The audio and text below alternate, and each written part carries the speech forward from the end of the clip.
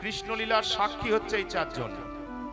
এক গিরি গোবর্ধন, 2 নম্বর হচ্ছে যমুনা, 3 নম্বর হচ্ছে ধূলিকণা, আর 4 নম্বর হচ্ছে বৃক্ষলতা। আর সাক্ষী সেই সময়কার কোন জিনিসটা কিন্তু আর বৃন্দাবনে, বাকি সবই পরবর্তীকালের।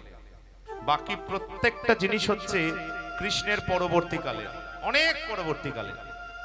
আর এই যে চারটের নাম করলাম, মুখ্য লীলায় এই চারজন কিন্তু অংশগ্রহণ, 4 রকমের জিনিস কিন্তু অংশগ্রহণ করেছে। তাই বৃন্দাবনে গিয়েই যদি কেউ কোনোদিন যান বা মনে মনেই সেই লীলা চিন্তা করেন, বৃন্দাবনের গান শোনার আগে, সবাই তো যেতে পারছেন না সব সময়, কিন্তু বৃন্দাবনের গান শোনার আগে, বৃন্দাবনের চর্চা করার আগে মনে মনে এই চারটাকে প্রণাম করবেন।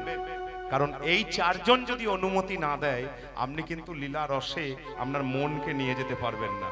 আপনি বৃন্দাবন ঘুরেও আপনি বৃন্দাবন খুঁজে পাবেন না, যে বৃন্দাবনের জন্য আমরা পাগল হয়ে যাচ্ছি। নিতাই গৌর হরি হরি।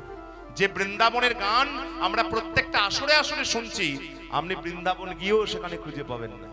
আমি বলছি পাবেন না, যদি আপনার এই চারজনের কৃপা না হয়। ওই জন্যই আমরা প্রথমে গিরি গোবর্ধন, শ্রী যমুনা, বৃন্দাবনের প্রত্যেকটি ধূলিকণা এবং বৃক্ষলতা আদি তাদেরকে বিনম্র শ্রদ্ধা জানিয়ে, তাদের কাছে অনুমতি আদায় করে আপনাদের চরণে কৃষ্ণ ভক্তিপূর্ণ শুভেচ্ছা এবং সশ্রদ্ধ বিনম্র শ্রদ্ধা নিবেদন করে আমরা আমাদের বিষয়ে প্রবেশ করব। শ্রীকৃষ্ণের রূপানুরাগ বা রূপ বর্ণনা। গোবিন্দ গোবিন্দ কেমন আমরা প্রথমেই বলে নেব একটা বিষয়। গোবিন্দের যে রূপটা আপনারা বিগ্রহে দেখছেন, ছবিতে দেখছেন, এটা কি প্রামাণ্য? এটা কি প্রামাণ্য? কেউ কি গোবিন্দকে দেখেছিল? এমন কোন জন কি এই রূপকে সংশায়িত করেছে, সার্টিফাইড করেছে যে এইটাই? আমরা শুনবো, গানে শুনবো, রূপের বর্ণনার মাধ্যমেই সেটা শুনবো, আছে শুনবো। যে গোবিন্দ, বারবার বলছি, এই যে গোবিন্দর এই যে কালো কৃষ্ণবর্ণ, এই যে রূপ, ত্রিভঙ্গ বঙ্কিম, এই মুখ, এইটাই যে কৃষ্ণ ছিল। সাক্ষাৎ কৃষ্ণকে দেখেছে এমন কোন ব্যক্তিকে এই কথা বলেছে? আমরা গানে শুনবো, আছে কিনা, বা সে রূপ থাকলে কোথা আছে, সেই বিগ্রহ থাকলে ইত্যাদি ইত্যাদি শুনবো। আমরা লীলায় প্রবেশ করি, তারপর শুনবো। কেমন রূপ? কেমন রূপ বলুন তো? শরীরে কোনো অলংকার না থাকলেও, শরীরে কোনো অলংকার সাজগোজ না থাকলেও যার দিক থেকে মুখ ফেরানো যায় না তাকে বলে রূপ। নিতাই গৌর হরি হরি। আমি প্রচুর পরিমাণে মেকআপ টেকআপ করে, বুঝলেন, প্রচুর সুন্দর সেজে গুজে এইভাবে যদি দাঁড়ায়, তারপর যদি আমি আকর্ষণীয় হয়, সেটাকে রূপ বলে না। আমার কোনো সাজগোজ নেই, আমার কোনো অলংকার আদি নেই, সে পুরুষের হোক অথবা স্ত্রীর হোক, তবুও যদি আমার দিক থেকে চোখ ফেরানো না যায়, সেই বিষয়টাকে বলে রূপ। তাহলে বুঝতে পারলেন তো? সাজলেই রূপ বলবো না, না সাজলে সেইটাকে বলে রূপ। বাইরে থেকে কিছু চাপিয়ে না দিলে সেইটাকে বলে রূপ। আমরা সেই রূপের কথা আজকে আলোচনা করব। গোবিন্দের কাছে বৃষভানু, বৃষভানু রাজনন্দিনী, রাজনন্দিনী, বেলি অবসান কালে, অবসান কালে, শ্রী যমুনায় জল আনতে গিয়ে, জলে আনতে গিয়ে, যমুনা তটে কেলি কদম্ব মূলে দণ্ডায়মান প্রাণ গোবিন্দের অসমর্থ রূপ মাধুরী দর্শন করে এসেছে, দর্শন করে এসেছে। যে অবধি ধ্বনি গোবিন্দ রূপে নয়ন দিয়েছে, নয়ন দিয়েছে, ধ্বনির গৃহ কর্মে নাহি মন, কর্মে নাহি মন, ঘরের কাজে ধ্বনির মন লাগে না। ঘর অন্ধকার করে সন্ধ্যা বেলায় যা বট মন্দিরে বসে বসে বসে বসে কৃষ্ণ রূপের এই অনুধ্যানে মগ্ন হয়ে আছেন। হয়ে আছে হেন কালে তথা আইল ললিতা ললিতা রাই দেখিবার তরে, দেখিবারে তরে ও দশা দেখিয়া ব্যথিত হইয়া ব্যথিত হইয়া তুলিয়া লইল ক্রোধে। তুলিয়া লইল করে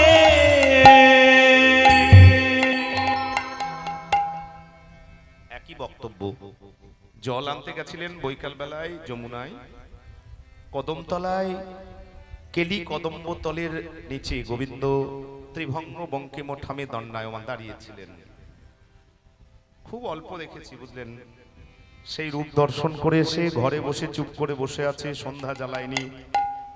শ্বশুর বাড়ি, বুঝতেই তো পারছেন শ্বশুর বাড়ি এখন হলো, এখনো শ্বশুর বাড়ি আর আর 1000-2-3 বছর আগেকার তখনও শ্বশুর বাড়ি, মানে মারাত্মক ব্যাপার শ্বশুর বাড়ি। তবু সন্ধ্যাবেলায় বৌমা যদি চুপ করে অন্ধকার ঘরে বসে থাকে কি অবস্থা হয় বলুন তো? আপনারা বলবেন কি অবস্থা হয়, মনে মনে ভাববেন, বলার দরকার নেই, মনে মনে ভাবুন কি অবস্থা হয়। হেন কালে তথা এই সময় সেখানে আইল ললিতা ললিতা রায় দেখিবার তরে, দেখিবারে তরে ও দশা দেখিয়া ব্যথিত হইয়া এবারে তুলিয়া লইল ক্রোধে। লইল করে কি হয়েছে? হ্যাঁ রে রায়, এই রায়, আস্তে আস্তে জুড়ে বলা যাবে না, ঘর ঘর দুয়ার ভালো নয়। কি হয়েছে? কেউ কিছু বলেছে? এইবার দেখি দেখি একটা প্রদীপ জ্বালিয়ে নিয়েছে, দেখছে চোখ দুটো টল টল টল টল করছে, বুঝলেন গো, চোখ দুটো টল টল করছে, মানে কিছু হয়েছে, কিছু হয়েছে। আমাকে বলবি না? এই দেখুন প্রদীপটা নামিয়ে, কি মারাত্মক ব্যাপার, প্রদীপটা নামিয়ে যে চিবুক চিবুক থুতনিতে হাত দিয়েছে, মাথায় একটা হাত রেখেছে, দরদর দরদর, আর মানলো না, বুঝলেন গো। এতক্ষণ ধরেছিলাম চোখের জলটা, এই যেই চিবুকে হাত দেওয়া লোক পেয়ে গেছে, মাথায় হাত দেওয়া, এই লোকের খুব অভাব। তোমরা তো সংসার করছো, টাকা পয়সা দায়িত্ব কাজকর্ম জিজ্ঞেস করার জন্য প্রচুর লোক, কিন্তু আমার মনে কেন কষ্ট হচ্ছে, আমার মনে কেন কষ্ট, কেউ জিজ্ঞেস করবে না। আর সেরকম জিজ্ঞেস করার লোক যদি কেউ কোনোদিন পায়, তার সামনে কাঁদতে অসুবিধা নেই। একটু অনুভব করে বলো না, সংসারে মনের কথা জিজ্ঞেস করার লোক একদম কম। যদি বা কেউ পেয়ে থাকেন সে ভাগ্যবান, তার সামনে চোখের জল সহজেই পড়েনি, তাই গৌর হরি বল পড়ে না, দদ্দর দদ্দর করে কাঁদছে, বলে সখী রে তোকে বলবো না, আমি আমি আমি তো বলবো বলে বসে আছি রে, আমি তো বলবো বলে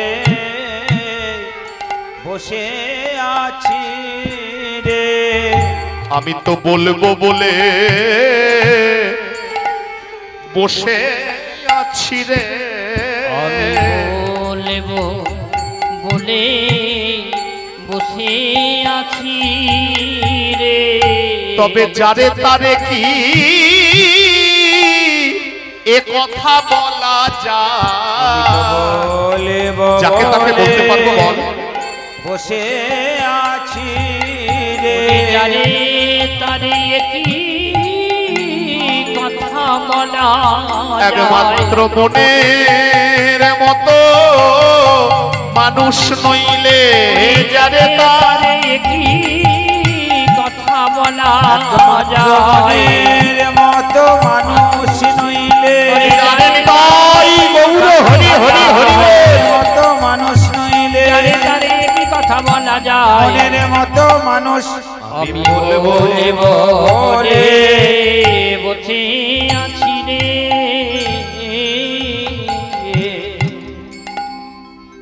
সকলের কাছে করজোড়ে নিবেদন, এটা ভারতবর্ষ, আপনারা ভাগ্যবান, আমরা ভাগ্যবান, প্রত্যেকেই ভাগ্যবান, এখনো এখানে বলার মানুষ আছে,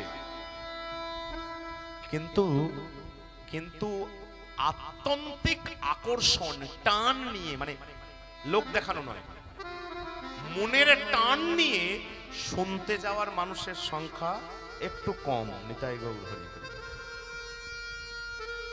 আমি গুরুদেবের কাছে কেন যাই?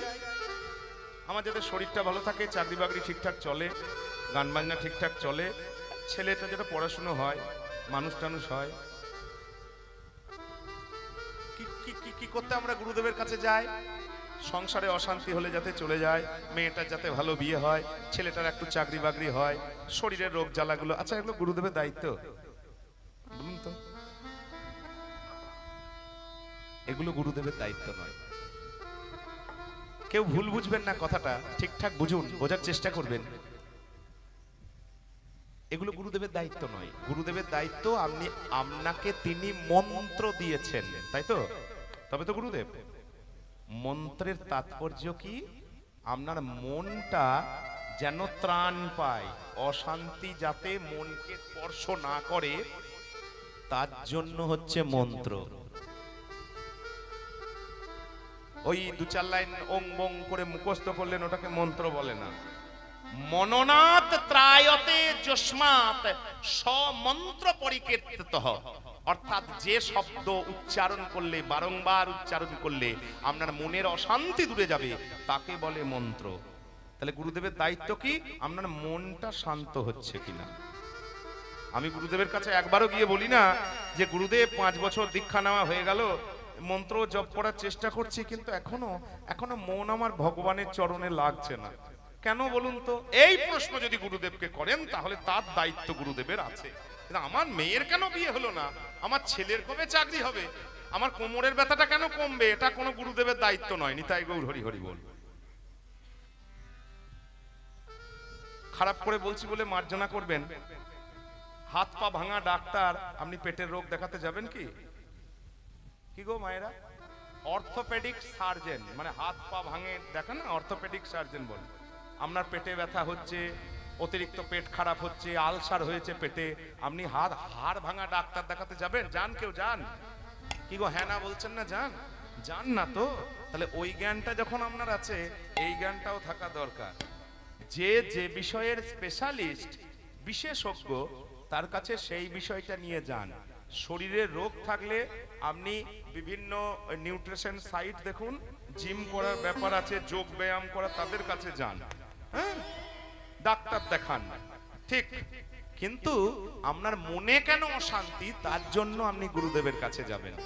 ছেলের কেন চাকরি হচ্ছে না, সেটা পড়াশোনাটা দেখবেন এবং দিনকালটা দেখবেন। মেয়ের কেন বিয়ে হচ্ছে না, তাতে তার জীবনের আচরণটা দেখবেন, তার সৌভাগ্য দুর্ভাগ্যটা দেখবেন। তার জন্য আলাদা ফর্মুলা আছে। আপনি কেন যাবেন গুরুদেবের কাছে? কৃষ্ণ কথা বলার লোক আছে, চলুন আমরা তার কাছে এসে গেছি, তার কাছে শুনবো আমার গোবিন্দ কেমন। কারণ যিনি সবচাইতে ভালো স্পেশালিস্ট রূপের ব্যাপারে, মানে গোবিন্দকে এত ভালো করে তো আর কোনোদিন কেউ দেখেনি। এত রকম করে, এত ভালো করে, এত আকর্ষণ নিয়ে, এত যন্ত্রণার মাঝে ও ছটফটানি নিয়ে গোবিন্দকে কেউ কোনোদিন দেখেনি আমার রাধারানীর মতন। তাহলে শুনতে যদি হয়, তাহলে সবচাইতে বড় ডাক্তারের কাছেই যাব, বড় বক্তার কাছেই যাব, যিনি হলেন আমাদের শ্রীমতী রাধারানী। বলে, বল না রাধে, বল না কেমন দেখলি? বলে, কি করে বলবো? বলে, কেন? ভালো দেখলামই না। বলি, মা তুই ভালো দেখলি না? বলে, না না, আমি যমুনা যাইতে শ্যামের হেরিনো আধো নয়নের কোণে, আমি যমুনা যাইতে শ্যামের হেরে আধো নয়নের কোণে। আমাদের গান হচ্ছে এইরকম, কথাটা বুঝতে হবে। আধ নয়নের, আধ নয়ন হয়। আমি যমুনা যাওয়ার সময় কৃষ্ণকে দেখলাম আধ মানে অর্ধেক, নয়ন মানে চোখ। আচ্ছা অর্ধেক চোখ কেন? এই অর্ধেক চোখ হয়, একটা চোখ বললেও মেনে নিতাম, অর্ধেক চোখটা। এই দেখুন, কুলবতী রমণী, আগেকার দিনের নিয়ম ছিল, যখন বিয়ে হয়ে গেল তখন ডান দিকের চোখে আর পর পুরুষ দেখা যাবে না, একবারে ডাহিন নয়ন, প্রাচীন নিয়ম, এইরকম করে ঘোমটা। তাহলে একটা বাদ গেল। আগে কুলবতী রমণী বিয়ে হয়ে গেছে, তার মানে ডাহিন নয়ন কৃষ্ণ ঘন বার নয়, দেখুন বন্ধ। তাহলে একটা বাদ থাকলো, কটা? একটা থাকলো, একটা চোখ, দুটোর মধ্যে একটা তো আগেই বাদ। ডান দিকে চোখে তো আপনি আর পর পুরুষ দেখছেন না, মানে বাদ। তাহলে একটা, আচ্ছা একটা, এই একটা চোখ দুটো কাজ করছে, কি করছে? আচ্ছা আমাকে কেউ দেখছে না তো? আমি যে ঘাটে জল নিতে এসে পরের ঘরের বউ জলটা ডুবিয়ে অন্য কারোর দিকে তাকিয়ে আছি, এইটা কেউ দেখছে না তো? দেখলে আমি একটু সামলে নেবো, ওই যে বললাম সম্পত্তি একটু লুকানোর চেষ্টা করব। ওই জন্যই একটা চোখের অর্ধেকটা দিয়ে অন্য কাউকে দেখতে ব্যস্ত, যে আমাকে কেউ দেখছে না তো। তাহলে বাকি থাকলো কটা? অর্ধেকটা। ওই অর্ধেকটা চোখ দিয়ে আমি যমুনা যাইতে শ্যামের হেরিন আধে নয়নের কোণে, যমুনা যাইতে শ্যামের হেরিন আধো নয়নের কোণে। ওই জন্যই বললাম ভালো দেখলাম না তো, ওই জন্য ভালো বলতে পারবো না। আচ্ছা রাধারানী যদি বলে ভালো বলতে পারবো না, আর আমি যদি এখানে আসরে দাঁড়িয়ে বলি আমি ভালো বলবো, তাহলে কিরকম বলা হয়ে গেল না কথাটা? রাধারানী বলছে ভালো বলতে পারবো না, যেমন দেখলাম তেমন বলবো। তাহলে আমরা কি বলবো আসরে দাঁড়িয়ে? আমি কি বলবো? আমি বলবো মা গুরুদেব যেটুকু বলাবেন সেইটুকুই কৃপা করে শুনুন, নিতাই গৌর হরি হরি বল। রাধারানীর যদি ওই দীনতা থাকে তাহলে আমাদের তো বলা উচিতই নয়। এখন গুরু কৃপার প্রসাদ যেটুকু পেয়েছি পদাবলীর মাধ্যমে, আর গুরুদেব যেটুকু বলাবেন আপনারা সেইটুকুই কৃপা করে গ্রহণ করুন। নিতাই নিতাই গৌর হরি হরি বল। আমার গোবিন্দ কেমন কি দেখলাম জানি সে সজনী রে। রূপের বিষয় হচ্ছে প্রথমেই মুখমণ্ডল। কেন মুখমণ্ডল? কারণ আছে, যুক্তি আছে। কি যুক্তি আছে দেখবেন, আমি বলে নিয়ে দিয়ে গান শুরু করি। এই দেখুন, গলা থেকে পা পর্যন্ত, মায়েরা গলা থেকে পা পর্যন্ত কারোর দেখতে খুব সুন্দর, দিয়ে মুখটা পেঁচার মতন দেখতে। ভালো বলি? ভালো বলি কি গো? বলি না। আবার উল্টো, উল্টোটা বলুন। গলা থেকে পা পর্যন্ত আঁকা বাঁকা টেরা, খুব একটা ভালো নয়, একদমই ভালো নয়, কিন্তু মুখটা দারুণ সুন্দর দেখতে। আমরা দেখুন প্রথমেই বলবো দেখতে ভালো, শরীরটা একটু অন্যরকম, দেখতে ভালো। তার মানে রূপের ক্ষেত্রে মুখমণ্ডলের ভূমিকা হচ্ছে সব চাইতে বেশি। ওই জন্য রূপ দেখেছি আর মুখ দেখি নাই, এটা মানে কোনো মানেই হয় না। দেখলাম এই অমুখমণ্ডল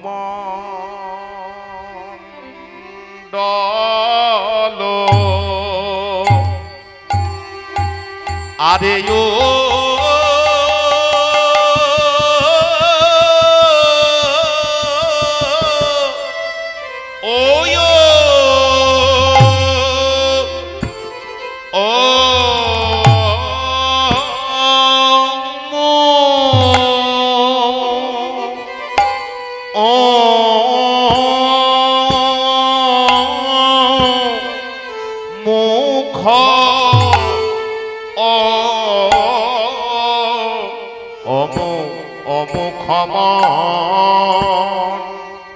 ডালো রে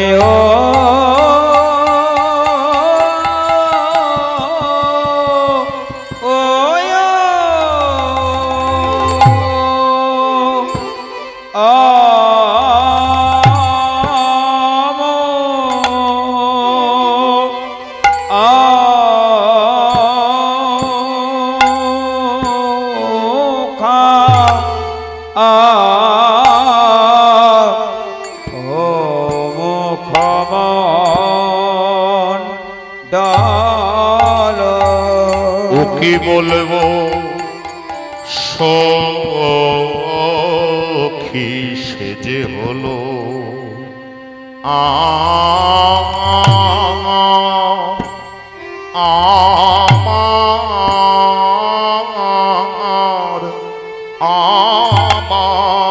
আমার সে যে হলো আমার আমার আমারে আমার আমারে আমার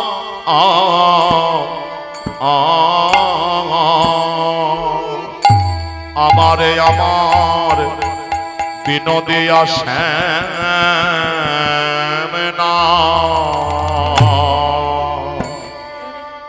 না গো রে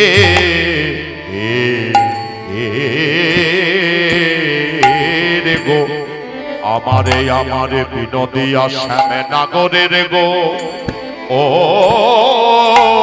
ও ও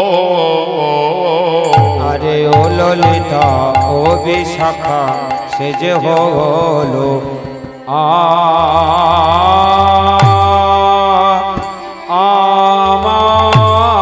আমার ওই মদন যে রে যেহেরেছে সেই ভূ আমারে আমার বৃন্দাবন চাঁদের সে চাঁদ বদন রে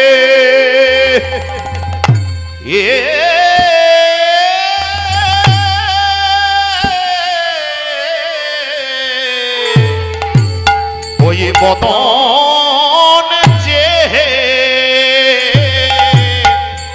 রে আরে যে হেরেছে সেই আমারে আমার বৃন্দাবন চাঁদের সে চাঁদ বদন রে এ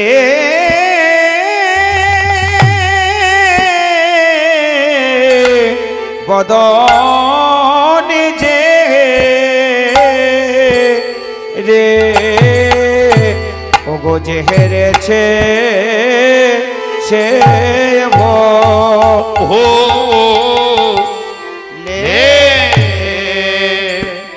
ছে গো ও ও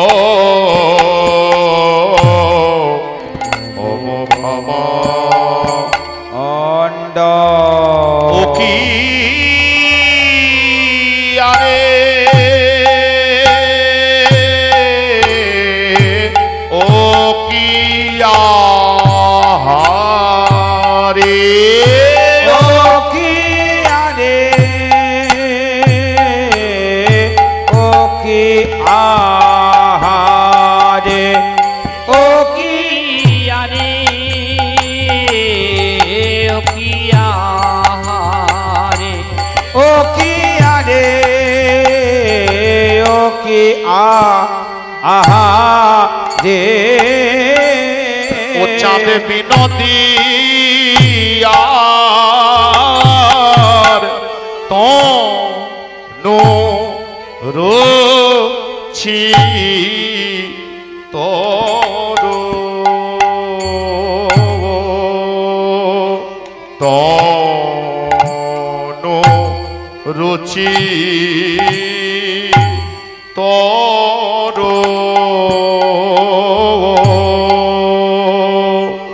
তনুরুচি তরুণতা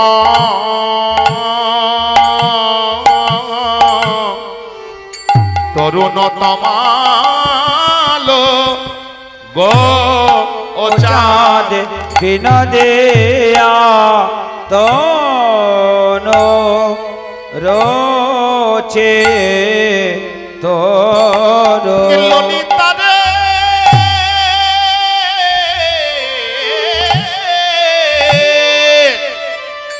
চাঁদ যিনি আমার মধুর বদন চাঁদ আরে নবতমাল যিনি তার তনু রুচি তাকে হঠাৎ দেখলে এই মনে হয় যেন একটি তমাল গাছে হেই মা তমাল গাছে এ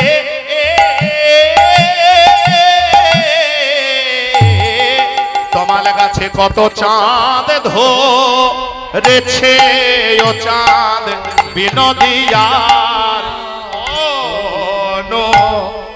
রচি তোর সখী রে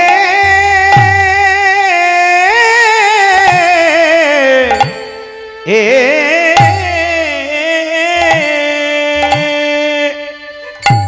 কি ছাড়ি গগনের ওই পূর্ণ ইন্দু কৃষ্ণ মুখের কাছে নহে আধবিন্দু বদনে হতে সুধা ঝরে যেন বিন্দু বিন্দু কত বিরাজিছে এ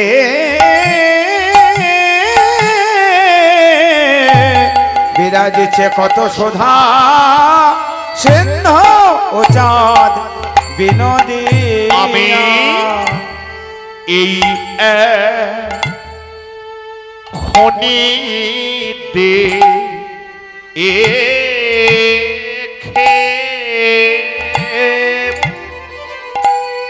এলাম রে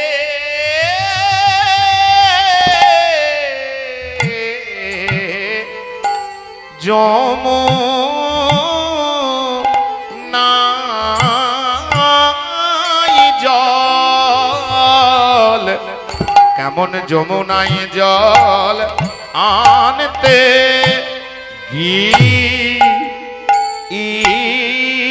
সখিরে আমি এখনে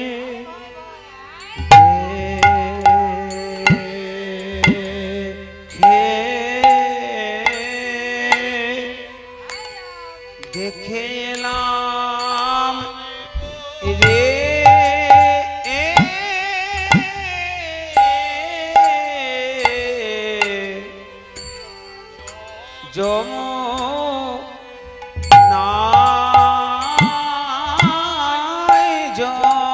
সখী আমি যমুনায় জলে আনিতে গিয়ে সখী রে খনি দেখে এলাম রে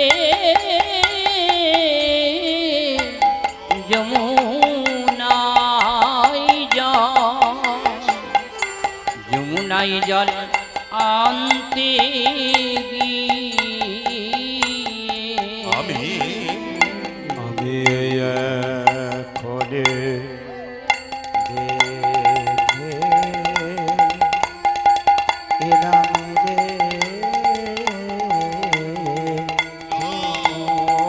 নাই জল আমি যমুনায় জলে আনতে আমি দেখে এলাম রে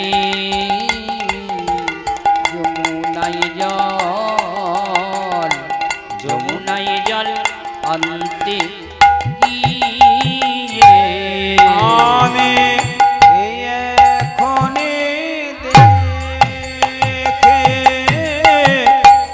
এলাম যে যমুনাই জল আমি যমুনাই জলে আনতে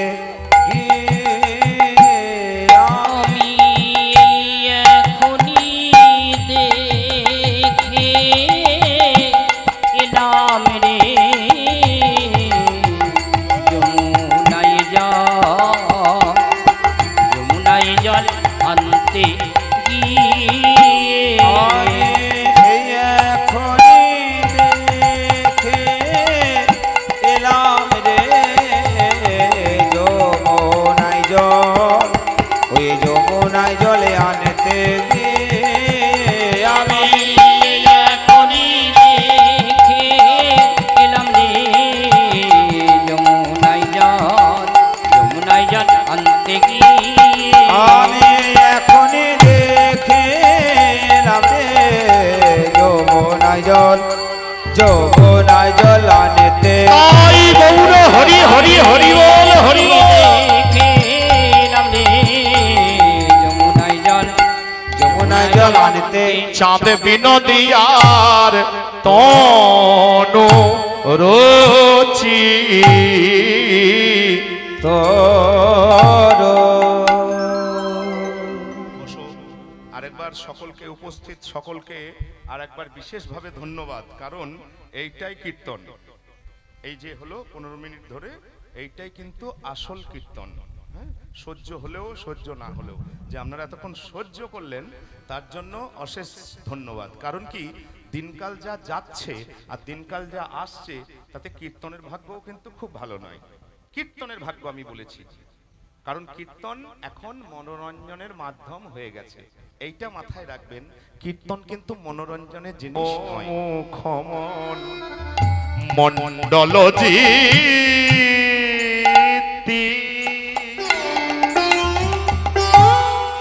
শারদ সুধা কর ও মুখমণ্ডল যেতে শারদ সুধা কর তনু রুচি তরুণ তরুণতমা তনু রুচি তরুণ তরুণতমা। দেখলাম চূড়ে চারু শিখণ্ডক মণ্ডিত রে চার শ্রীখণ্ডকে মণ্ডিত রে চূড়ে চারু শিখণ্ডক মণ্ডিত রে চারু শিখাণ্ডক মণ্ডিত রে মালতী মধু করমা ওরে মালতে মধু করমা যেন একটি ভ্রমরের মালা যেন একটি ভ্রমরের মালা দেখলাম সেই মালাতে গান করিছে দেখলাম যেন একটি ভ্রমরের মালা দেখলাম সেই মালাতে গান ললিতা করিছে কেমন গুন গুন গুন গুন গুন গুন সরে সেই মালাতে গান করিছে ওরে গুন গুন গুন গুন গুন সরে সেই মালাতে গান করিছে ওরে বনিতাই গৌর হরি হরি হরি হরি বল গান করিছে ওরে গুন গুন গুন গুন গুন গুন সরে সেই মালাতে গান আজি করিছে যেন একটি ভ্রমরের মালা ওরে মালতে মধু কর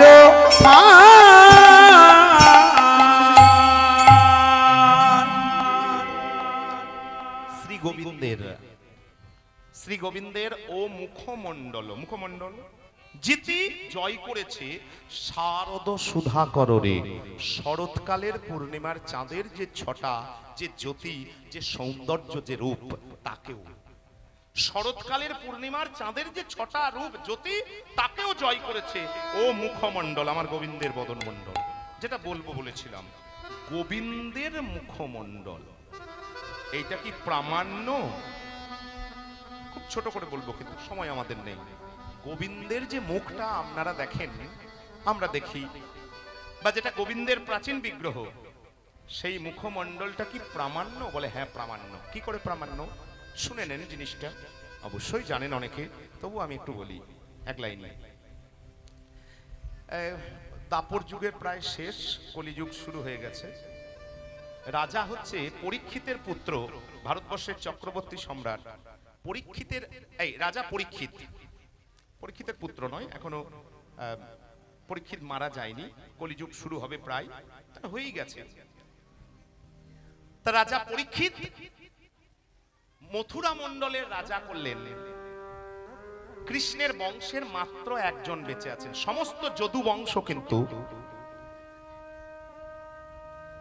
দ্বারকার কুলে, এই প্রভাসের কুলে ধ্বংস হয়ে গেছে।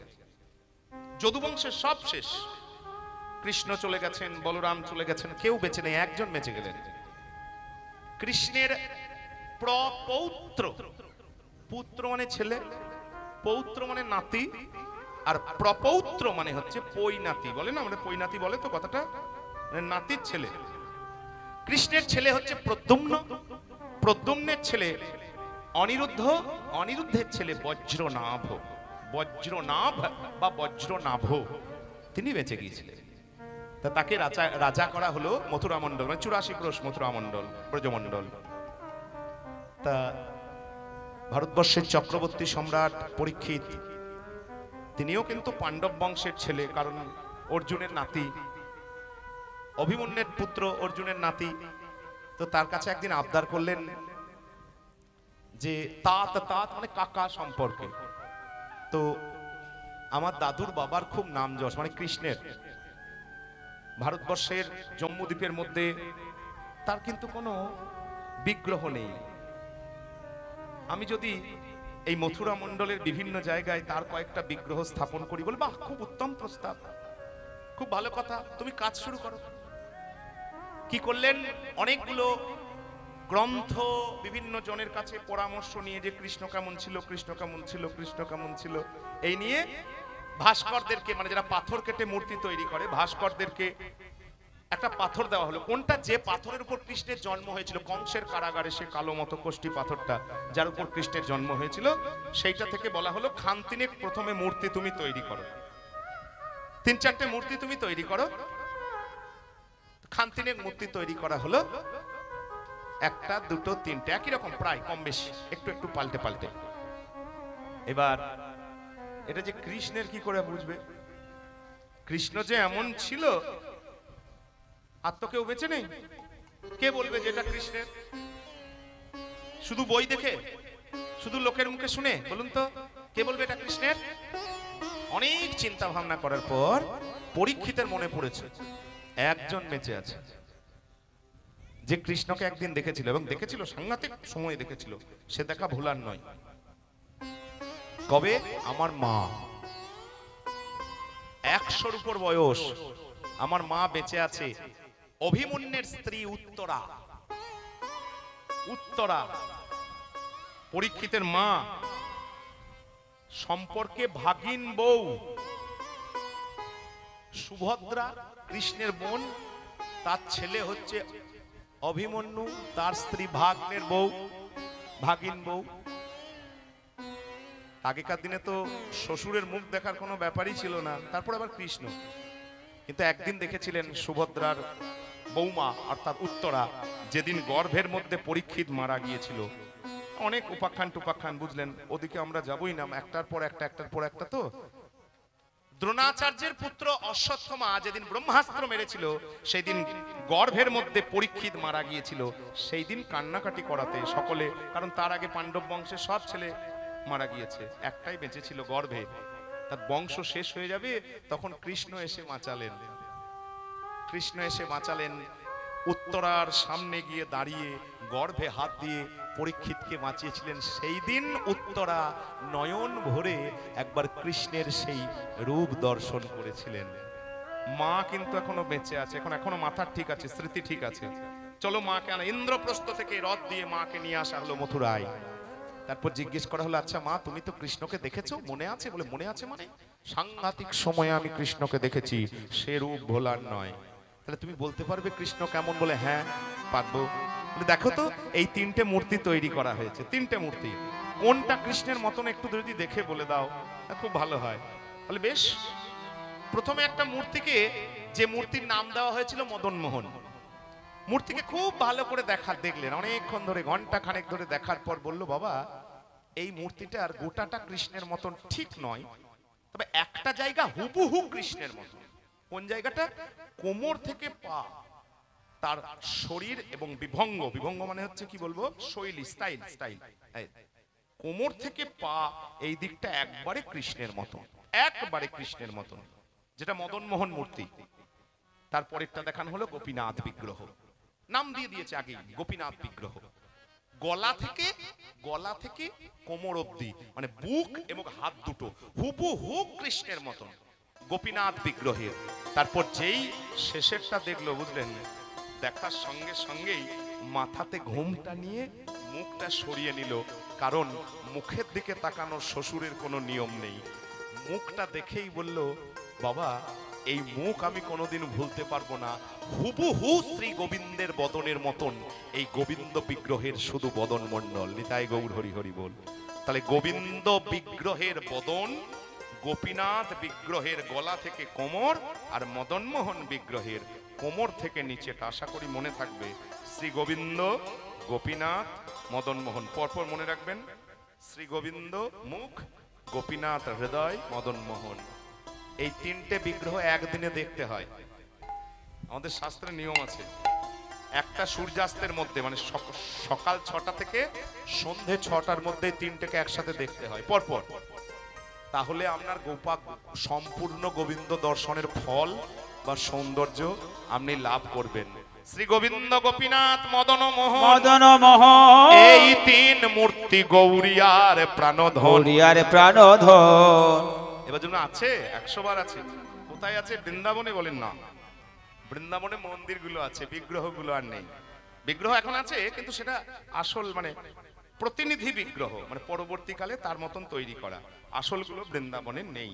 আপনি খোঁজ করবেন, আমি বলে দিচ্ছি। তারপরে এখন তো হাতে সবার যন্ত্র আছে, যন্ত্র খোঁজ করবে, বুঝলে? যারা জানতে চাও তারা। গোবিন্দ বিগ্রহ রয়েছে জয়পুর সিটি প্যালেসের পাশে, রাজস্থান। বৃন্দাবনের পাশেই কিন্তু জয়পুর, একবারে 40-50 কিলোমিটার ডিস্টেন্স, কাছেই। মানে এখান থেকে আমার ঘরের দূরত্ব যত দূর, 50 কিলোমিটার, একবারে গুগলে দেখে নেবেন, একবারে তত দূরই জয়পুর বৃন্দাবন থেকে, মানে কিছুই ব্যাপার না, 1 ঘন্টার রাস্তা। গোবিন্দ বিগ্রহ রয়েছে জয়পুর সিটি প্যালেসের পাশেই, বিশাল, দ্বিতীয় মানসিংহের তৈরি করা মন্দির, বিশাল মন্দির। জয়পুরের পুরানো বস্তি, ওখান থেকে 2 কিলোমিটার। জয়পুর শহরটা অনেকটা বড় তো, সেখানে রয়েছে গোপীনাথ বিগ্রহ, মধু পণ্ডিতের গোপীনাথ বিগ্রহ। আর জয়পুর থেকে 170 কিলোমিটার দূরে করৌলি, করৌলিতে রয়েছে মদনমোহন বিগ্রহ। অনেকে এইভাবেই বৃন্দাবন গিয়ে দর্শন করেন, যারা জানে। প্রথমে ভোরবেলায় উঠে 5:30টায় উঠে মঙ্গল আরতি গোবিন্দ দেখে নিল, তারপর 10 মিনিট গিয়েই টোটোতে করে গোপীনাথ বিগ্রহ দেখে নিল। তারপরে ওখান থেকে 4 ঘন্টা লাগে গাড়িতে যেতে, গাড়ি বুক করে একবারে বিকেল বেলায় 4টের সময় গিয়ে একবারে মদনমোহন দেখে একটা সূর্যালোকের মধ্যেই 3টে বিগ্রহ দর্শন করেন। সেই 3টে বিগ্রহ এখনো পর্যন্ত কিন্তু সব রাজস্থানে। কারণ আছে রাজস্থানে, কারণ আমাদের বৃন্দাবনের উপর প্রচুর আক্রমণ হয়েছে। ঔরঙ্গজেবের আক্রমণে মন্দির সব ধ্বংস করে দিয়েছিল, অধিকাংশ মন্দির, বড় বড় মন্দির। ওই জন্যই বিগ্রহগুলো কিন্তু রাজস্থানের হিন্দু রাজা, বরাবরই হিন্দু রাজা, রাজস্থানের হিন্দু রাজারা কিন্তু বিগ্রহগুলো সব সরিয়ে নিয়েছিল, যাতে বিগ্রহগুলো নষ্ট না হয়ে যায়। ওই জন্য প্রত্যেকটি বিগ্রহ এখনো কিন্তু আমাদের জয়পুরে অধিকাংশ বিগ্রহ আছে। রাধা দামোদর আছে, শ্রীজীব গোস্বামীর প্রচুর প্রচুর বিগ্রহ আছে। তো যাই হোক, আপনাদের আশীর্বাদে দেখা কিন্তু কপালে আমাদেরও একটু আত্ম জুটেছে, সবগুলোই দর্শন টর্শন কিন্তু হয়েছে। একবারে দেখে দেখে বলছি, মুখের যা শোভা, অপূর্ব অপূর্ব এবং অপূর্ব। সারাদিনে হয়তো কয়েক লক্ষ লোক সেই গোবিন্দ বদন দর্শন। এবং আশ্চর্যের কথা বলি, এটা বলেই আবার গান শুনবার নয়, অনেক বলা হয়ে গেল। আশ্চর্যের ব্যাপার, আজকে আমরা বীরভূম এবং আজকে আমরা পশ্চিমবঙ্গের বাঙালি হয়েও হয়তো নিতাই গৌর মনে রাখতে পারি না। আর সেইখানে গিয়ে মানে আমাদের চোখে জল আসবে, সবার দ্বারা দেখবেন তাদের, সেইখানে গিয়ে নিতাই গৌরের কি অবদান বুঝতে পারবেন না। ঢুকবেন, লেখা আছে গৌরাঙ্গ মহাপ্রভু দ্বার। আমার কাছে ফটো, নিজের হাতে ফটো তোলা আছে, গৌরাঙ্গ মহাপ্রভু দ্বার, গৌরাঙ্গের জীবনের সমস্ত ছবি। বেরোবেন, বিশাল একখানা তরুণ মেন গেট, সেখানে লেখা আছে নিত্যানন্দ মহাপ্রভু দ্বার। তাহলে বুঝুন, সুজুর রাজস্থানে গিয়ে আমি যদি বাঙালি হয়ে নিতাই গৌর খুঁজে পাই, তার থেকে আনন্দের জিনিস কিছু নাই। নিতাই গৌর হরি হরি বল। এই নিতাই গৌর না হলে, এই বীরভূমের মাটিতে নিতাই না এলে, গৌর না এলে আপনি কৃষ্ণ পেতেন না, গোবিন্দও পেতেন না। এইভাবে ধর্ম, এইভাবে একসাথে এত লোক বসে ওসব ভুলে যান। নিতাই গৌর হরি হরি বল। ওই জন্যই এত সুন্দর গোবিন্দ প্রামাণ্য বিগ্রহ আজও আছে। মোবাইলে ছবি পেয়ে যাবেন। আর যদি কেউ কোনোদিন সুযোগ হয় তাহলে একবার গিয়ে দেখবেন, কারণ এখন তো মানুষ খুব ঘুরতে টুরতে যায়। তা অনুরোধ রইল, জয়পুর গেলে, বৃন্দাবন গেলে চেষ্টা করবেন। টুরিস্টে তো আর নিয়ে যাবে না, হ্যাঁ, কিচ্ছু করার নাই। টুরিস্টকে না বললে নিয়ে যাবে না, আমাকেও নিয়ে যেত না। যেহেতু আমরা খোঁজ রাখি, তাই নিজেরা আলাদা করে টুরিস্টের বাইরে আধ ঘন্টা সময় দেখে চলে এসেছি। তাছাড়া ওটাও হতো না, বুঝলেন? মানে তারা নিয়ে যাবে না। সিটি প্যালেস দেখাবে, আর আমি যেখানে বাসা, এই বিপত্তারণ কাকুর ঘর থেকে এইটুকু, সিটি প্যালেস থেকে কত দূর হলো? 2 পা। তবুও গোবিন্দ মন্দির টুরিস্টে দেখাবে না। নিতাই গৌর হরি হরি। বুঝুন, বাঙালিকে গোবিন্দ মন্দির দেখাবে না, সনাতনীকে গোবিন্দ দেখাবে না, অথচ সিটি প্যালেস দেখাবে। সাংঘাতিক ব্যাপার, ঝাঁ চকচকে। নিতাই গৌর হরি হরি। আমাদের হতভাগা আমরা, দুর্ভাগা। এবার তারপরে আমরা এই কথা বলা কীর্তনে উচিত নয়, তারপরে আমিও প্রচুর গালটাল খেয়েছি, কারণ 2-4 জনে দেখেছি তো। আর সবাইকে পরে যখন বলেছি বাসের মধ্যে, তখন বুঝতেই পাচ্ছেন গালমন্দ খাওয়ারই ব্যাপার। হ্যাঁ, তো যাই হোক, আপনাদের আশীর্বাদে ওইটুকু কৃপা আমাদের হয়েছে। কি সুন্দর! ও মুখ মণ্ডলজিতি শারদ সুধাকর তনু, তনু মানে দেহ, রুচি, রুচি মানে রং। তরুণ তমাল, দেখেছেন তমাল? তমাল গাছ যারা দেখেছেন, অনেকেই দেখেছেন। আমাদের এখানে দেখবেন কাছেই তো আমাদের শ্রীপাঠ রয়েছে, মুলুক। মুলুকে ঢুকতেই বেশ তমাল গাছগুলো দারুণ সুন্দর সুন্দর। ওখানে আমরা প্রত্যেক বছর যাইটাই বলে দেখতে পাই। আপনারা তো অনেকেই গিয়েছেন, যান, দেখেছেন।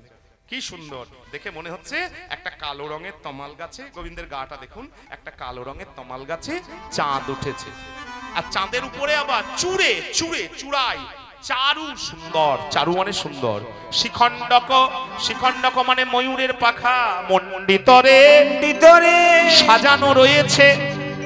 তার ধারে ধারে মালতী, মালতী, মালতী ফুল, মধুকর মাল, মধুকর মাল। একবার মনে হচ্ছে মালতী, মালতী সাদা রঙের মালতী ফুল। না না না না, মালতী নয়, মালতী নয়, মনে হচ্ছে মধুকর। মানে মালতী ফুলে মধু পান করবে বলে কালো কালো ভ্রমর গুলো একবার মনে হচ্ছে মালতী, আবার মনে হচ্ছে না না না, মধুকর মাল। মালতী নয়, মৌমাছির মালা, ভ্রমরের মালা, যেন একটি ভ্রমরের মালা। আমরা গানে বলেছি কি সুন্দর, কি সুন্দর করে সাজিয়েছে। এমনি এমনি গোবিন্দের চূড়ায় কিন্তু ময়ূরের পাখা আসেনি গো, এমনি এমনি ময়ূরের পাখা আসেনি। খুব সংক্ষেপে এক লাইনে, ময়ূরের পাখা কেন এসেছে? ময়ূরের প্রেম, ময়ূরের প্রেম। প্রথমত রাধারানীকে একবার ময়ূর হতে হয়েছিল। কৃষ্ণকে কাছে পাওয়ার জন্য রাধারানীকে একবার ময়ূর হতে হয়েছিল। কৃষ্ণ গোলকের কথা, রূপের বিষয় হচ্ছে, এ রূপে বর্ণনা প্রচুর। রূপ মানেই তো বর্ণনা, দিয়ে না বললেও বলবে বললো না, আবার বলতে গেলে খুব অসুবিধা। মানে বলে বলে বলে বলে শেষ হবে না। নিতাই গৌর হরি হরি। কৃষ্ণ বাঁশি বাজিয়েছে, একবারে ছোট করে বাংলাতে বলি, কৃষ্ণ বাঁশি বাজিয়েছে, রাধারানী এসো। বৃন্দাবনে নয়, এটা গোলকে, নিত্য জায়গা। রাধারানীর আসতে দেরি হয়েছে, আসতে দেরি হচ্ছে দেখে দরজাতে শ্রীরামকে দাঁড় করিয়ে রেখে কৃষ্ণ করেছে কি, নিজের অঙ্গ থেকে আর একটা মেয়ে রমণী সৃষ্টি করেছে, নাম তার বিরজা। এবার বিরজাকে নিয়ে ঘুরছে ফিরছে। রাধারানী আসতে দেরি হয়েছে, কিন্তু এসেছে। দেরিতে ঢুকতে যাবে, শ্রীরাম বলে না রাধে, আজকে অনুমতি নাই, ঢুকতে দিতে পারবো না। বলে বলো কি? আমার অনুমতি নাই, আমি রাধারানী, আমার অনুমতি লাগে না। আর শোনো, অনুমতি আমার আছে, গোবিন্দ আমাকে বাঁশি বাজিয়ে ডেকেছে, তুমি সরে যাও। বলে না রাধে, গোবিন্দ বলেছে আর কাউকে ঢুকতে দেওয়া হবে না, অনুমতি নাই, অনুমতি নাই। কথা কাটাকাটি হচ্ছে, রাধারানী রেগে গিয়েছে, বলে শ্রীরাম তুমি অসুরের মতন আচরণ করছো, অসুর কুলেই তোমার জন্ম হোক, যাও। শ্রীরাম দরজা ছেড়ে দিলেন, বলে রাধে গো, আমি অসুর হব, ঠিক আছে, আমি অসুর হব, কিন্তু যে কৃষ্ণকে পাওয়ার জন্য তুমি ছটফট করছো, আমি অভিশাপ দিচ্ছি, আমি যদি অন্যায় না করে থাকি, আমিও অভিশাপ দিচ্ছি, তোমাকে পৃথিবীতে মানুষ রূপে যেতে হবে, আর ওই কৃষ্ণকে না দেখে 100 বছর চোখের জলে তোমাকে কাঁদতে হবে। সরে গেলেন। রাধারানী যেই ঢুকেছেন দেখছেন কেউ নেই, কেউ নেই। কৃষ্ণ নিজেকে একটা কালো রঙের সাপ করে নিয়েছেন, আর যে মেয়েটা বিরজা তাকে জল করে দিয়েছেন, দিয়ে জলের ওপর সাপটা কিলবিল কিলবিল করে ঘুরে। রাধারানী এসে দেখছে আজকে তো জল হয়নি, আছে আজকে হয়নি, তাহলে এত জল করতে গেল। সাপ, কুঞ্জের ভেতর সাপ, সাপ থেকে আসবে। খানিকক্ষণ পর চোখ বন্ধ করেছে, দেখছে ও হে গোবিন্দ, আমার কাছ থেকে লুকানোর জন্য তুমি সাপ হয়েছো, বেশ। নিজে একটা যোগ বলে বিশাল ময়ূরের মূর্তি ধারণ করে 1 ঠোকর 2 ঠোকর 3 ঠোকর দিয়ে ঘাড়ে ধরে সাপটাকে ঠোঁটে করে তুলে নিয়েছে। গোবিন্দ দেখছে ওমা আর সাপ হওয়ার কোনো মানে হয় না, ধরা পড়ে গেলাম তো।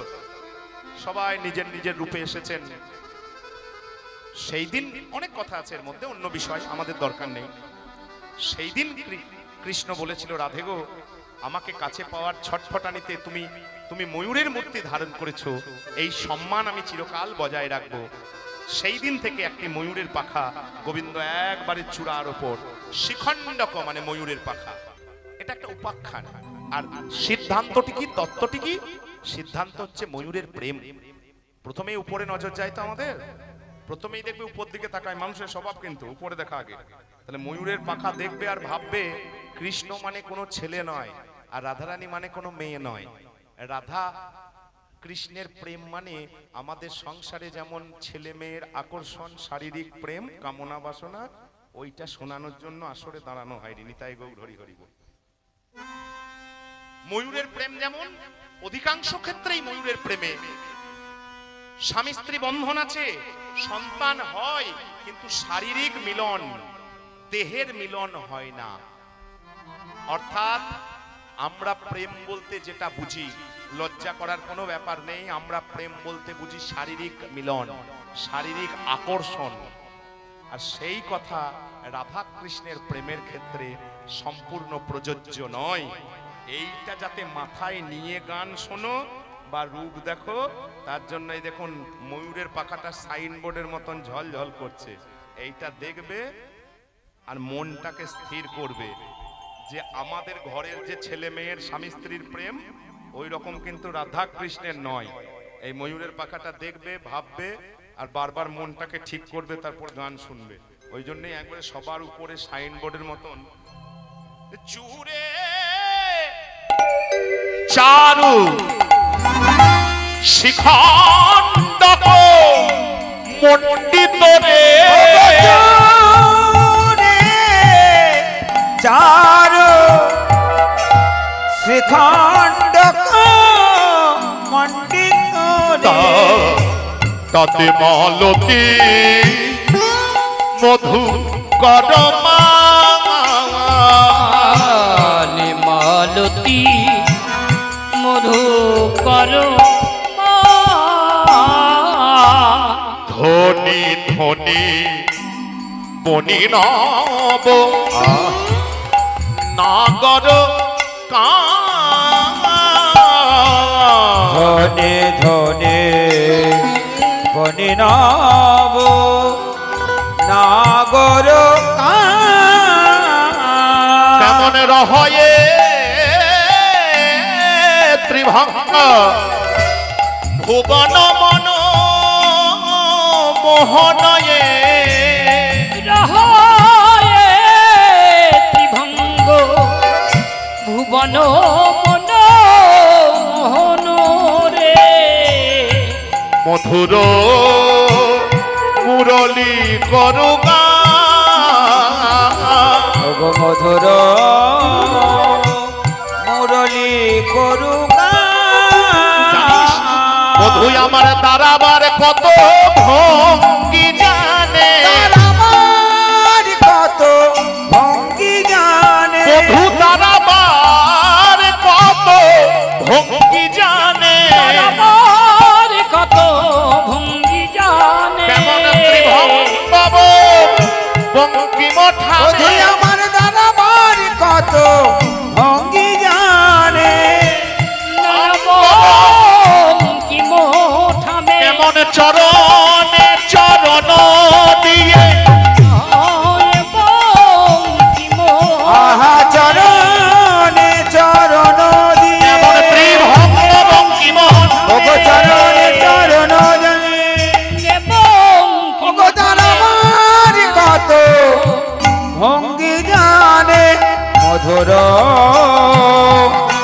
মুরলি করু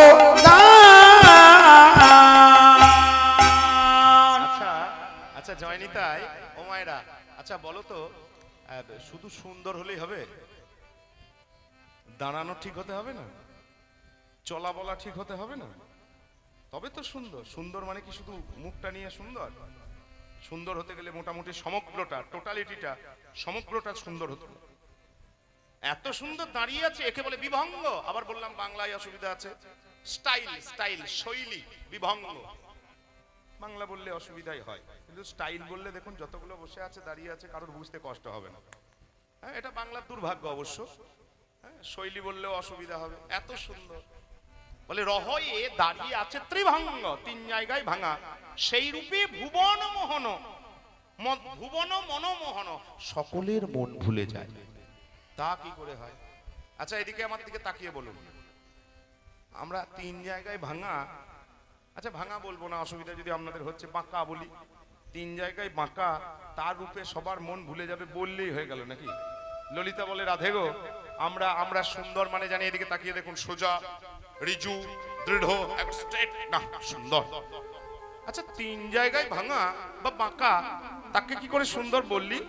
বলে শোন, দু রকম ভাঙা বা বাঁকা হয়, বুঝলেন গো?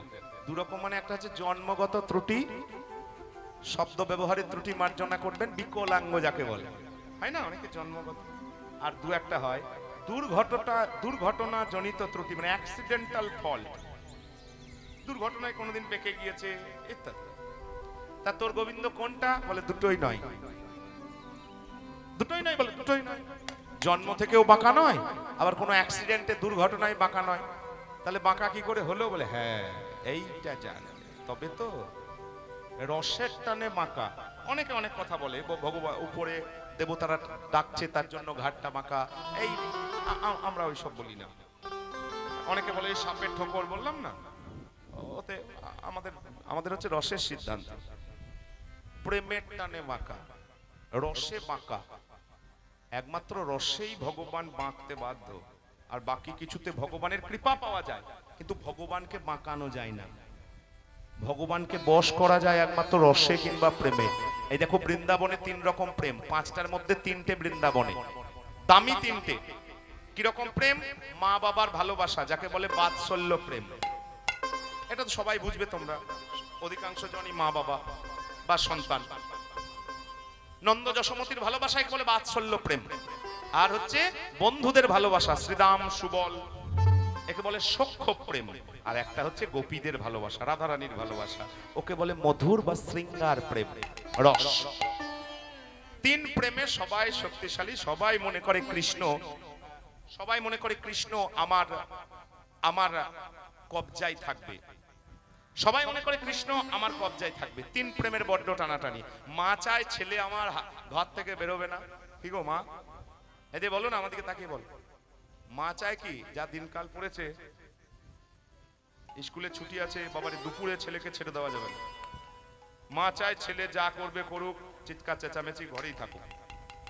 এখনকার দিনে, চিরকাল এখনকার দিনে নয়, মা চায় ছেলে আঁচলে থাকুক। তারপর আবার যদি পুত্র সন্তান হয়, পুত্র সন্তান যদি হয়, আর বন্ধু কি চায়? জয়নিতাই বন্ধু কি চায়? ঘরে থাকলে বন্ধুত্ব হবে না, ওই ক্যানেলের ধারে, বুঝলেন? হ্যাঁ, ওই জঙ্গলের মাঝে, যেখানে যত বিপদ সেখানে তত বন্ধুত্ব, এনজয়। নিতাই গৌরহরি। দেখুন আমাদের অন্য গানে আছে, এই গানের বিষয় নয়। মাতা টানে গৃহপানে, মাতা টানে গৃহপানে, মা চায়, যশোদা চায় ছেলে গোচারণে যেন না যায়, আমার ঘরে থাকো। এবার মা বিদায় না দিলে ছেলে যেতে পারে না। আর ওদিকে শ্রীদাম চলে আসে, কানাই এখনো বসে, আপনারা অন্য সময় গান হয়তো শুনেছেন, এখনো বসে মায়ের কোলে কোলে ননি খাচ্ছিস, গরু চড়াতে যেতে হবে না? কত বেলা হলো, চল। কোমরে ধরে টানছে, সখা টানে বন পানে, মাতা টানে গৃহ পানে, সখা টানে বন পানে। মা চায় ছেলে ঘরে থাকুক, গরু চড়াতে যেতে দেবো না। আর বন্ধু চাই গরু চড়াতে না গেলেই হবে। এখনো বসে খাচ্ছ, কটা বেলা বাজলো দেখেছো? চলো এদিকে মায়ের অনুমতি ছাড়া বেরোতেও পারছে না আর বন্ধুতে ছাড়বেও না। মায়ের প্রেমে চরণ বাঁধা, চরণ বাঁকা, বাৎসল্যে। আর সখ্য প্রেমে কোমর বাঁকা। আরেকজন টান আছে, বুঝলে গো? আরেকটা টান কিন্তু আছে। কোথায়? যে রাস্তা দিয়ে প্রত্যেকদিন গরুগুলো নিয়ে যায় আর বৈকাল বেলায় ঘর ফিরি, ওই রাস্তার ধারে একটা দোতলা বাড়ি আছে। জাবট মানে একটা গ্রামের নাম, যেটা রাধারানীর শ্বশুর বাড়ি। ওটা রাস্তার ধারেই পড়ে, বুঝলেন গো? ওই যখন যাই না, যখন আসি না, দোতলার জানলাটা খোলা থাকে। ওই দোতলার জানলাতে কতগুলো মেয়ে বসে থাকে, কোনোদিন 3টে, কোনোদিন 5টা, কোনোদিন 8টা। তার মধ্যে একজন এই দিকে তাকিয়ে থাকবে। এবার এইখানে এলেই গরুগুলো ছুটে যায়, কিন্তু আমার পাটা খুব ভালো চলে না, বুঝলেন? আগে যেতে পিছু চাই, মনে হয় বনে যাবার মন। ওগো আগে যেতে পিছু চাই, বনে যাবার মনে নয়। ওগো আগে যেতে পিছু চাই, বনে যাবার মন নয়। আচ্ছা তোমরা বলো তো, 11 বছর ধরে, 11টি বছর ধরে, মানে কৃষ্ণ 11 বছর ছিলেন। আচ্ছা 4 বছর বাদ দাও, 4 বছর থেকে গোচারণ শুরু হয়েছে। 7টা বছর, 8টা বছর, 8 বছর 365 দিন গুণ চিহ্ন দুবার করে, সকালে যাবার সময়, বিকেলে আসার সময়। ঘাটটা যদি এতক্ষণ এরকম করে থাকে তাহলে আর ভালো থাকবে। নিতাই গো হরিব, কিছু ত্রুটি হবে না? হ্যাঁ, কেন? রাই টানে নয়নে নয়ন, নিতাই গৌর হরি হরি হরি। রাই টানে নয়নে নয়নে নয়নে, রাই টানে নয়নে নয়নে নয়নে। তাই তো 3 টানে মেকেছে, তিন জায়গা 3 টানে রেখেছে। এই দেখুন সখ্য বাৎসল্য মধুর 3 টানে বেঁকেছে। এই সখ্য বাৎসল্য মধুর 3 টানে বেঁকেছে। আমার রায় টানে নয়নে নয়নে নয়নে, রাই টানে নয়নে নয়নে নয়নে। 3 টানে মেকেছে। সখ্য প্রেমে কোমর বেঁকে গেছে, সখ্য রসের সামাল দিতে দিতে। আর বাৎসল্য প্রেমের বাঁধনে চরণ মেকেছে, আর রাধারানীর মধুর প্রেমের নয়ন ঘাটটা বেঁকে গেছে। তাহলে 3 জায়গায় বাঁকা, এমনি অ্যাক্সিডেন্টে বাঁকা, আর জন্মগত বাঁকা, আর রসের টানে বাঁকা। বাঁকার মধ্যে কিন্তু পার্থক্য আছে। ওই জন্য এত রসের সমাহার না দেখলেই বুঝতে পারবি না, হ্যাঁ, যে এত সুন্দর দাঁড়িয়ে আছে। 3 জায়গায় যেন 3 রস ঢেউ খেলে যাচ্ছে। ওই জন্যই পাগল হতে বাধ্য। কিছু আর একটা মারাত্মক জিনিস আছে, কি? মধুর মুরলী করু গান। মুরলী একমাত্র এই গোপীদের জন্য, এই মেয়েগুলোর জন্যই কিন্তু এইটা। এটা আর কিছু হয় না, আর কিচ্ছু হয় না। লিমা আর কিছু হয় না? না, হয় না, হয় না। গরু চড়ানোর জন্য একটা বিশেষ আছে, স্পেশাল আছে, তার নাম হচ্ছে বেনু। সেটাতে শুধু গরু চড়ানো। আর গোপীদের মন ভোলানোর জন্য যেটা আছে সেটা হচ্ছে মুরলী। তাহলে বাকিগুলো আছে, আর একটা আছে, তার নাম হচ্ছে বংশী। বেনু হচ্ছে 12 আঙ্গুল। এই দেখুন, এইটুকু মাত্র। 12 আঙ্গুল মানে কি করে বলবো বলুন তো? আমি কৃষ্ণের আঙ্গুল তো আর বলতে পারবো না। আমারটাই দেখুন, এই দেখুন 4 আঙ্গুল, এই দেখুন 4 আঙ্গুল, এত বড়, এইটুকু মাত্র। এটাকে বলে বেনু। এটাতে আছে 7টা ছিদ্র, 6 যুক্ত 1, শুধুমাত্র গরু চড়ানোর জন্য। দৈর্ঘ্যে ছোট, আওয়াজ কানে আঙুল দিতে হবে, সাংঘাতিক আওয়াজ। কোন গরু কোন জায়গায় চড়ে বেড়াচ্ছে টেরাচ্ছে, ওই জন্যই এটা হচ্ছে বেনু। একে বলে বেনু। আর মুরলী দৈর্ঘ্যে 2 হাত, মানে আমার হাতে হলে 18, 18, 36 ইঞ্চি, 3 ফুট, এত বড়। কিন্তু আওয়াজ একবারে কম, 5টা ছিদ্র। এটা রাত 12টার কাছাকাছি সময় বাজে। যে মেয়েগুলো একমাত্র আমার জন্য জেগে বসে আছে, একমাত্র তারা শুনবে। বেশি শব্দ হলে হবে না, তাহলে গরু চলে আসবে, আমার রাতের গানগুলো লীলাগুলো আর হবে না, সব ভন্ডুল হয়ে যাবে, বুঝতে পারলেন? ওই জন্য এর আওয়াজটা একটু কম। আর এই দুটোর জন্য দুটো স্পেশাল, গরুগুলোর জন্য বেনু আর মেয়েদের জন্য মুরলি, আর বাকি যা কাজগুলো আছে তার জন্য বংশী। এটা হচ্ছে 17 আঙুল, একটু বড়, এই রকম দৈর্ঘ্যের 17 আঙুল। এটাতে 9টা ছিদ্র, একটা বাতাস ঢুকছে আর 8টা, চারটে 8টা, 9টা ছিদ্র। এতে অনেক কিছু হয়, অনেক রকমের কাজ হয়। এর নাম হচ্ছে বংশী। তা আজকে কিন্তু আমি ছিলাম তো, ওই জন্যই মধুর মুরলি করু গান। আর সখীরে দেখলাম টলো মলো অলকাতি তিলক ঝলমল ও কই রে এ আহারে কি বা টলো আলো অলকাতে লোক ঝলমল ও কই রে এ আহারে তাতে ভাঙো কি ধনোয়া ধনানো কি বা ভাঙো কি ধনোয়া ধনানো ও আহারে এ আহারে দেখলাম টলমল অলকা তিলক ঝলমল কই টলমল অলকা তিলক ঝলমল কই ভাঙ কি ধনোয়া ধনা ধুনানি গো ভাঙ কি ধনোয়া ধুনানি গো কত কুলবতী বরত বিমোচন লোচন কুলবতী বরত বিমোচন লোচন মধুর মুরলি করু গান রে মধুর মুরলি করু গান গানে বলছে টলমল টলমল টলমল টলমল অলকা। এবার অলকা কি? হ্যাঁ গো ও মায়েরা এদিকে আমার দিকে দেখো, অলকা কি? তিলকা তো বুঝি, তিলক তো বুঝি, এই তো আমার রয়েছে, অনেকের আছে। তিলকটা বুঝি, সবাই বুঝি। অলকাটা কি বুঝি? অলকা তিলকা ভালে বনমালা দেমা গলে, অনেক গান আছে অন্য অন্য অন্য। অলকা, অলকাটা কি জানতে হবে।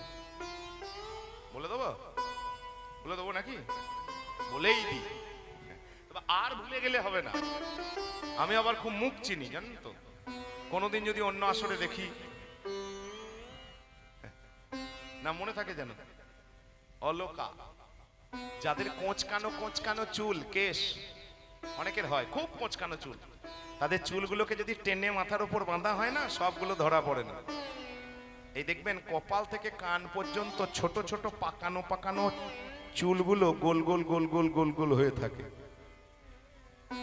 তৈরি করালে হবে না, এখন বিউটি পার্লারে করা হয়। জন্মগত হতে হবে। একবার যেন ঢেউ খেলাচ্ছে টলমল অলকা, ছোট ছোট পাকানো চুল, কুঞ্চিত কেশ, ভালো ভাষায় চূর্ণ কুন্তল, অনেক ভাষা আছে। চূর্ণ কুন্তল মানে কেশ, ছোট ছোট কোঁচকানো চুলকে বলে অলকা। আর তার উপরে একবারে হলুদ রঙের গোরচনা তিলক, মুখটা কালো, একবারে কুচকুচি চিকন কালো, আরে হলুদ রঙের তিলক, বুঝতেই পাচ্ছেন। তিলক ঝলমল টলমল অলকা তিলক ঝলমল কয়ে। তিলকের দুধারে একটা মারাত্মক জিনিস আছে, কি আছে বলুন তো? ভাং। হিন্দি নয়, বাংলা।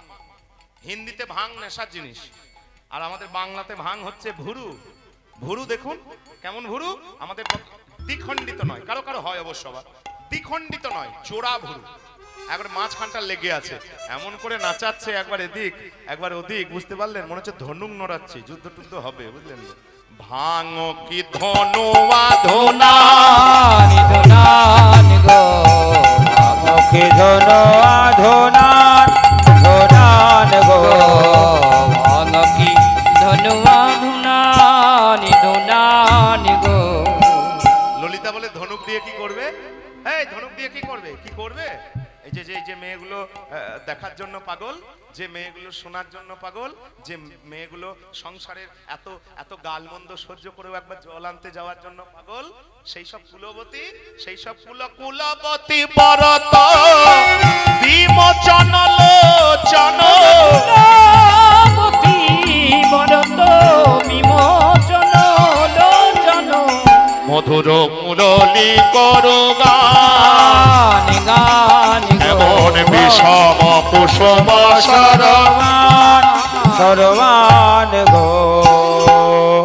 কুলবতীদের সমস্ত কুল ভেঙে দেওয়ার জন্য ধনুক, কুলবতীদের কুলের গৌরব নাশ করে দেওয়ার জন্যই ধনুক, সব নষ্ট করে দেবে, একবার আছাড় খেয়ে পড়বে ওই চরণে।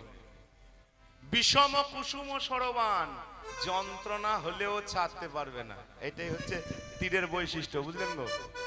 অন্য তীর নয়, এই তীরে মরলে তো কখন বাঁচবেন সেই চেষ্টা, কি না? এই তীর যদি আপনার পেটে ঢোকে, গায়ে ঢোকে, আপনার কি মনে হবে? বেরিয়ে গেলেই খালাস পায়, মানে বেঁচে যায়। আর এই তীর আবার যদি ঢোকে না, এই নয়নের তীর যদি গৌরাঙ্গের প্রেমের নয়ন, কৃষ্ণের প্রেমের নয়ন কারোর দিকে একবার, ওই তীর যদি একবার হৃদয়ে ঢোকে না, আপনি বার করতে পারবেন না, জ্বলে যাবেন, পুড়ে যাবেন। অথচ তার একটা অদ্ভুত ঐশ্বর্য মাধুর্য আছে, আপনি প্রেম কিন্তু টেনে বার করতে পারবেন না। বিষম কুসুম কুসুম মানে ফুল, ফুলের সৌন্দর্য পাবেন, ফুলের সুগন্ধ পাবেন, অথচ তীরের জ্বলনও পাবেন। নিতাই গৌর হরি হরি বল। এই হচ্ছে আমাদের কৃষ্ণ প্রেম। বিষামৃতে একত্র ভোজন। আর ও সখী, মারাত্মক জিনিস একটা বলি শোন। কার কথা হচ্ছে? এই ভুলেই গেলাম বলতে বলতে। কার কথা হচ্ছে? কৃষ্ণের তো। পুরুষ তো বলছে কারা? নারী। হ্যাঁ, চিরকাল শুনছেও নারীরা। আমরা প্রত্যেকেই নারী মনোভাবাপন্ন হয়ে কৃষ্ণের রূপের কথা শুনছি, তাই না? যদি বলে তোমার নারী হওয়ার কি দরকার, তুমি তো বেশ পুরুষ আছো, পুরুষই থাকো, বলেন না। ছেলেদের কথা তো মেয়ে হয়ে শুনলে আকর্ষণ থাকবে, মেয়েরা শুনলে আকর্ষণ থাকে। একটা মেয়ের রূপের কথা একটা মেয়ে বেশিক্ষণ সহ্য করবে না, ভালো হলেও মনে ঈর্ষা চলে আসবে। কি গো, স্বীকার করলেন কথাটা? ভুল বললাম নাকি? একটা মেয়ে খুব সুন্দরী আপনার পাশে, যতই হোক, এটা প্রকৃতির নিয়ম, আপনার খানিকক্ষণ দেখতে ভালো লাগবে, তারপর মনে মনে ঈর্ষা আসবে, হিংসা আসবে। একটা ছেলের রূপের দিকে, ছেলের মুখের দিকে একটা ছেলে বেশিক্ষণ তাকিয়ে থাকতে পারবে না। কিন্তু উল্টো হলে ঠিক আছে। পুরুষের রূপের কথা যদি বলছি, মনটা যদি রমণীর মন হয়, তাহলে তাকিয়ে থাকতে, শুনতে ভালো লাগবে বেশিক্ষণ। ভুল বললাম? এটাই নিয়ম। ওই জন্যই আমাদের, না শাস্ত্র তাই বলে, ওই জন্যই আমাদের চিরকালের সাধনা হচ্ছে সখী ভাবাপন্ন সাধনা, গোপী ভাবাপন্ন সাধনা। সখী হয়ে, গোপী হয়ে ওদের রূপের দিকে তাকাও, আকর্ষণ বাড়বে। মারাত্মক কি জিনিস? পুরুষের মুখে মারাত্মক দুটো জিনিস, দুটো তিনটে। কি? বান্ধুলি বন্ধু অধরে মধু মাখল, বান্ধলে বন্ধু অধরে মধু মাখল, আরে মধুর মধুর করু গান, মধুর মধুর মৃদু আরে মধুর মধুর মৃদু মধুর মধুর মৃদু। এক নাম্বার হচ্ছে ঠোঁট। কেমন ঠোঁট? বলে বান্ধুলি। বান্ধুলি একটা ফুল, যদি কেউ না দেখে থাকো না, আমার একটা বলি, এর আর একটা নাম একটা দুটো আছে, বলে বন্ধুক পুষ্প, ডাক নাম হচ্ছে দুপুরমণি। যেমন সন্ধ্যামণি ফুল হয় ওই একটু গোলাপি গোলাপি, দুপুরমণি হয় টকটকে লাল। যদি কেউ না দেখে থাকেন বা থাকো, হাতে এখন যন্ত্র আছে, পরিষ্কার গুগলে বলবেন দুপুরমণি বা বাঁধুলি, তোমাকে দেখিয়ে দেবে, 100 বার দেখিয়ে দেবে। আমি দেখে তারপর বলছি, তথ্যটা দিয়ে দিলেই তো হবে না, যাচাই করতে হবে। একবার টকটকে লাল। এবার দেখুন, কালো রঙের মুখ, হলুদ রঙের তিলক, কোঁচকানো কোঁচকানো চুল, তারপর টকটকে দুটো, মারাত্মক ব্যাপার। যারা প্রেমের নয়নে দেখছেন তারা তো আর পাগল হয়ে যাবেন, আর দেখতেই পারবেন না। হ্যাঁ, বান্ধুলি বন্ধু অধরে মধু, বান্ধলে বন্ধু অধরে মধু মাখনে। 2 নাম্বার জিনিস আরো মারাত্মক, ঠোঁটে সবচাইতে মারাত্মক কি? মধুর মধুর মৃদু হাস। হাস শব্দে হাসি। কিরকম হাসি? অনেক রকম হাসি হয়, বুঝলে, এত বলতে পারবো না। স্মিত, হসিত, অবহসিত, অপহসিত, বিহসিত। কোথায় আছে এগুলো? ভক্তি রসামৃত সিন্ধু বলে একটা বই আছে রূপ গোস্বামীর, বাজারে পাওয়া যায়, ওখানে প্রথম অধ্যায়ে সব আছে। আচ্ছা, স্মিত কি? স্মিত কি? দাঁত বেরোবে না। স্মিত হাসি কি? দাঁত বেরোবে না, শুধু গাল দুটো একটু মোটা হয়ে যাবে, ফুলে যাবে, চোখটা একটু ছোট হয়ে যাবে, আর ঠোঁট দুটো একটু কুঞ্চিত হয়ে যাবে, মানে আপনি দেখেই বুঝতে পারবেন হাসছে। গাল দুটো একটু মোটা হয়ে যাবে, এই জায়গা দুটো, চোখটা একটু ছোট হয়ে যাবে, আর বুঝতে পারলেন কি? দাঁত দেখা যাবে না। দেখবেন না প্রাচীন প্রাচীন কৃষ্ণ বিগ্রহগুলো, গৌরাঙ্গ বিগ্রহগুলো দেখে তাকিয়ে দেখবেন, মনে হবে হাসছে, মনে হবে হাসছে, অথচ দাঁতও বেরিয়ে নেই, কিচ্ছু নেই, শব্দ হবে না, শব্দ হবে না, যেন মধুর মধুর মৃদু আজ মধুর মধুর মৃদু রূপের কথা হচ্ছে তো, তাহলে বলতে হবে না? আমাদের গুরুদেবরা আখর দেন, বুঝলে গো, বলে হাসি নয় যেন গলার ফাঁসি। গো হাসি নয় যেন গলার ফাঁসি, নয় যেন গলার হাসি ফাঁসি। নয়, হাসি নয়, হাসি নয়, গোবিন্দের মুখের হাসি নয়, যেন ফাঁসি। যে দেখবে না বলে হাসি নয় যেন গলার ফাঁসি। গো হাসি নয় যেন গলার ফাঁসি, হাসিতে মরেছে কত ব্রজবাসী, হাসি নয় যেন গলার ফাঁসি। কত ব্রজবাসী, হাসি নয় যেন গলার ফাঁসি। ওই হাসিতে যদি একবার মন মজে যায় না, তাহলে সংসার গেল, নিতাই গৌর হরি হরি। আর থেকেই বা কি হবে বলেন তো? যার হবে এরকম তিনি ভাগ্যবান। সংসার থেকে কি হবে? শুধু জ্বলে পুড়ে দৌড়ে দৌড়ে মরবেন, তার থেকে এমন মরা মরুন ফাঁসিতে, গোবিন্দ রূপের নয়নে ফাঁসিতে, যেন আপনি মরে গিয়ে চিরকাল বেঁচে যাবেন। নিতাই নিতাই গৌর হরি হরি। রোগরে রোগরে মরার চাইতে একবারে গোবিন্দ প্রেমের ফাঁসিতে মরা অনেক ভালো। ওই জন্য হাসি নয় যেন গলার ফাঁসি। গো হাসি নয় যেন গলার ফাঁসি, হাসিতে মরেছে কত ব্রজবাসী, হাসি নয় যেন গলার ফাঁসি। মরেছে কত ব্রজবাসী, হাসি নয় যেন গলার তার মধুর মধুর মৃদু মধুর মধুর মৃদু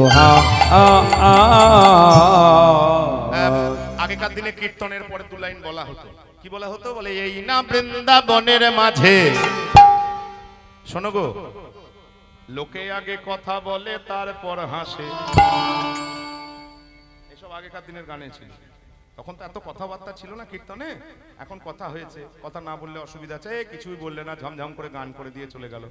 কীর্তন মানে কিন্তু গানই ছিল, কীর্তন মানে গানই, এত কথা নয়। কিন্তু আমরা এখন বাধ্য, ব্যাখ্যা বিশ্লেষণ না করলে লোকে শুনবে না, বুঝবে না। কারণ আগেকার মতন চর্চার গ্রামে গ্রামে নেই, এককালে ছিল। বলে ওমা মন দিয়ে শোনো, আগে লোকে কথা বলে তারপর হাসে, অথবা কোনো কথা মনে আসে তারপর হাসে, তাই তো? তাই তো? বলে এই না বৃন্দাবনের মাঝে, লোকে আগে কথা বলে তারপর হাসে, তবে আমার বধূ তা নয়, তা নয়। বধূ কথা বলার আগে মধুর মধুর মৃদু নিতাই গৌর হরি হরি মধুর মৃদু মধুর মধুর মৃদু বলে এই না বৃন্দাবনের মাঝে, লোকে আগে কথা বলে তারপর হাসে, আমার বধূ তা নয়, তা নয়। বধূ কথা বলার আগে মধুর মধুর মৃদু মধুর মধুর মৃদু